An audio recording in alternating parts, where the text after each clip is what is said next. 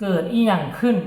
บอสนกเดือดบอสนุเทงานหนีไปวงสองกำนันแพ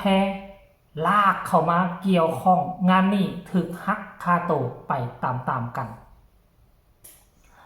ทักทายสบายดี FC แฟนคลับของเสียงวิหกนกพงศกรมาพบมาพ่อกับค่อยเจเบาลาวคลิปนี้เป็นเรื่องเล่าข้อมูลข่าวสารที่มันเกิดขึ้นมื้อคืนนี้ซึ่งบอสนุแห่งเสียงวิหกเพิ่นได้ออกมาโพสต์คันไว้ด้วยตัวเอง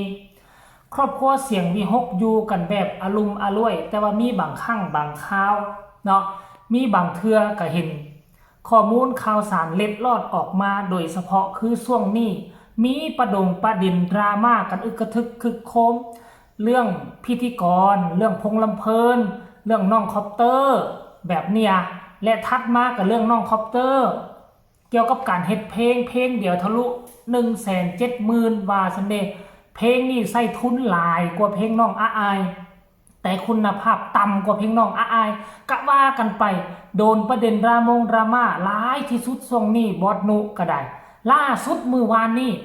เทงานจากวงใหญ่ว่าซันเดย์ไปบ่ครอบบ่ลาบ่เขียนใบลาบ่มีลายศอกลายเซ็นบ่บอกบอสนกเนาะตารางคิวเนาะสคริปต์ก็ยังเป็นของบอสนุอยู่บาดเนี่ยฮอดโมงฮอดยามแล้วบ่เห็นบอสนุก็โทรนำด่วนบอสนกโทรนำด่วนบอสนุไปโพรอยู่พุ่นวงสองบอกว่าคันบ่ลาก็จำเป็นและสิได้หักเงินว่าซั่นทางบอสนุก็บอกว่าสคริปต์ฉันก็ฮักออกละตีเจ้ากับลูกสาวอาอายกับพากันไปขึ้นละแหมขึ้นแทนค่อยก็สิเป็นหยังว่าซ้ำห่วยคันบ่อยากให้ฮักเงินก็ขึ้นวงสองละแลนมาขึ้นวงหนึ่งกำนันแพนั่งทั้งข้างทนบ่ไหวเป็นอย่างหัวหน้านกพงศกรคือว่ามากำกันขนาดนี้ว่าซะเด้เอาจังสั้นฮักคาโตค่อยไปให้บอสนูซะค่อยบ่เอาแม่นดอกคันว่าเจ้าสิกำกันแบบนั้นว่าซั่นเด้โอ้ยท่านผู้ชมจักซีสนุกสนานจักซีแนวใดกันแท้ให้ทุกคนไปชมคลิปนี้รายละเอียดอยู่ในคลิปแล้วจึงมาพอกันในช่วงต่อไปเรื่องบ่ได้มางานตีบ่แล้วไปจังไดเอาคือบ่บอกบ่กล่าวจังไดเอาก็เคยบอกสู่ฟังอยู่ดีว่ามามื้อนี้สิมาอลังการโชว์เพราะว่าสิมารับเงินให้เขาโอ้ธุระโครงการอีหยังเจ้าของเอาธุระโครงการจังไดกับฉันเป็นคนมาเซ็นสัญญาฉันก็ต้องเป็นผู้มารับต่อเนาะมันซื้อฉันแหมเห็นได้ครับแสดงว่ามื้อนี้บ่ได้มาขึ้นเสียงวิหกมื้อนี้บ่ได้ไปขึ้นเสียงวิหกมื้อนี้สิอยู่อลังการโชว์โอ้บ่ได้มาขึ้นเสียงวิหกเราก็บ่ได้เซ็นใบลาล่วงหน้าหักเงินจ้าหักเงินเอาหักเงินจังไดบัดนี้คือว่าเป็นตาสั่งแท้หักเงินแบบใดอันนี้จริงจังเด้อจ้านี่จริงจังหักเงินแบบใดถ้าหักเงินเป็นเจ้าของบ่ได้มาเฮ็ดงานแหมเอาแล้วเพลงเจ้าของผู้ใดสิร้องจังไดบอกกับหลานผู้ใดสิออกเอากระเพลงกระตัดออกแล้วก็แล้วแหมเธอก็ไปขึ้นกับลูกตัวเนาะฉันมาพี่กับซ้ำฉันเฮ็ดงานคือเก่าแหมโอ้ยบ่ซ้ำคนละหม่องบ่ได้เป็นธุระโครงการนี้เจ้าของเลยหักเงินเท่านั้นโอ้ยหักเงินพะนะว่าไปทั่วทิพย์ทั่วแดนป้าแสดงว่าฉันมาอลังการโชว์ฉันมาฟรีติไปอลังการโชว์ก็บ่ได้ไปฟรีแต่ว่าหักมาเสียพี่6คือหักเงินอาสั่นก็ร้องเพลงอยู่หันแล้วก็เหยียบรถมาขึ้นอยู่นี่แว่งหน่อยแล้วจะกลับไปไหมแย่ซอยกูแน่แบบใดหัวหน้าเจ้าเอาค่าตัวข่อยให้เราก็ได้มื้อนี่ผู้ใดนี่แค่บ่จ้าอย่างนี้ก่อค่าตัวมึงให้แม่ยายนูเอาค่าตัวข่อยให้แม่ยายนูก็ได้มื้อนี่มึงเข้าใจอีหยังผิดหรือเปล่าใจผิดหยังมึงสิมาเอาค่าตัวมึงไปให้แม่ยายนูจังได๋ยังตั้งแต่ค่ามึงจ้างเป็นหัวหน้ากูยังบ่ทันได้เลยมึงจ้างเป็นหัวหน้านั่นกูยังบ่ทันได้เลยเอามันบ่ทันมีเนาะเฮ็ดนี่มึงบ่ได้จ่ายอยู่ติเพ่ค่าจ้างเป็นหัวหน้ากูจะเว้าดังหลายคนจะได้ยินบ่ค่านี่เนาะเลยเป็นว่าหมอนี่แขนสูงบ่มักคอนว้อยบักไหนกับบักนึงนี่กูว่าโอ้ยบ่ได้มาธุระอีหลีคันบ่มานิดหน่อยก็บ่ได้เงินมารับเงินให้เขาเอาหัวหน้าแพทย์ก็รับได้เงินน่ะหัวหน้าแพทย์เพิ่นบ่นานเพิ่นบ่เกี่ยวกับเรื่องเงินดีเพิ่นบ่นั่นดิโอ้เนาะขึ้นตะไคร้อ่อนนั่นติต แต่ใครว่ากันแล้วดิ โอ้ยบ่ผ่านก็คือมื้อนี้บอสหนูโมคาเด้อบ่ได้คาตัวเด้อ โอ้ยมาเงือกแท้ คุณเขาลองฟรีรถบ่ได้แต่งบ่ได้เขียนใบล่าลวงไหน เอามานี่กับเบิกเงินอยู่นี่ได้บ่สัน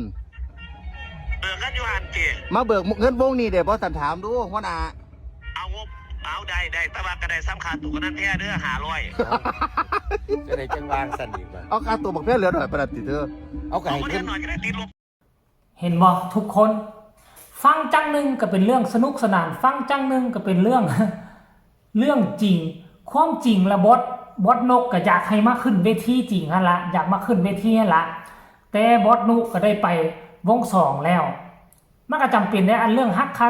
โตสำหรับเจบอแล้วก็มองว่ามันเป็นเรื่องตลกคกขันความจริงบดนกก็อยากให้แกมเว้าเล่นนั่นแหละเพราะว่าก็เป็นกำลังสำคัญในขั้นขาดบอสนุไปวงสองก็ถือว่านักนวงได้ขั้นว่าบอสนกบ่ขึ้นบอสนุบ่ขึ้นกับอายนี่ความสนุกสนานมันก็จะบ่มีไหนมีคนขึ้นคูกับอายมันจึงเฮ็ดให้มีความสนุกสนานมันจึงเฮ็ดให้ออร่าน้องอายองค์ประกอบของอายสมบูรณ์คันบ่มีตัวปล่อยมุกคันบ่มีตัวปูมุกให้อายก็บ่สามารถเว้าความสนุกสนานเว้าตลกคบขันให้บรรดา FC แฟนคลับได้อันนี้คือเรื่องราวภายในของร่างการโชว์กับวงเสียงวีฮกท่านผู้ชมการยังเป็นกระแสติดกระแสอยู่ในสื่อสังคมโซเชียลตลอดไม่ว่าจะเป็นเรื่องดราม่าไม่ว่าจะเป็นเรื่องส่วนตัวทีมงานของข้าเจ้าเว้ายอกใหญ่กันตามปกติท่านผู้ชม FC แฟนคลับอันนี้คือการเคลื่อนไหวล่าสุดอายกับบ่มีอีหยังเมื่อคืนนี้ก็ต้องได้ห้องเพลงให้มันหลายกว่าเก่าเพราะสคริปต์ของบอสนุถึกตัดออกแล้วคันตัดออกแล้วมันต้องหาผู้มาแทนเด้คันบ่หาผู้มาแทนมันก็สิเวลามันก็จะบ่ได้ตามเป้าหมายยกตัวอย่างว่าเฮาวางเอาไว้ว่าประมาณเฮาแสดงนี่4ชั่วโมงว่าซั่นซะคันหักช่วงบอสนุออกไปไว้มันก็สิบ่ฮอดครบ4ชั่วโมงตัวบ่เนี่ยหัวหน้าวงต้องได้รับผิดชอบน้องอายต้องได้เหนื่อยกว่าเก่าขึ้นแทนม่องที่บอสนุสคริปต์ของบอสนุท่านผู้ชม FC แฟนคลับเอาเรื่องเล่าดีๆเอามาฝากเอามาต้อนกันเพียงซ้ำนี่ก็แล้วกันเนาะใครเห็นคลิปนี้แล้วมีคำตำหนิติชมคือแนวใดก็สามารถส่งข่าวมาหาเจบอเล่าได้ทางใต้คอมเมนต์ฝากกดไลค์กดแชร์กดติดตามให้แน่เพื่อจะบ่พลาดคลิปดีๆเกี่ยวกับวงหมอลำที่ทานมักวงหมอลำที่ทานสนับสนุนและรอท่าซัพพอร์ตที่สำคัญก็จะกดข้ามโฆษณาเบิ้งให้เจบอลาวจักเล็กจักน้อยแน่เพื่อเป็นกำลังแห่งใจให้กับเจบอลาวอยากไปสอบข้อมูลมาทำคลิปทำข่าวให้บรรดา FC แฟนคลับให้ได้ชมกันต่อไปสำหรับคลิปนี้ก็ฝากฝังเอาไว้สำนี้ละสบายดี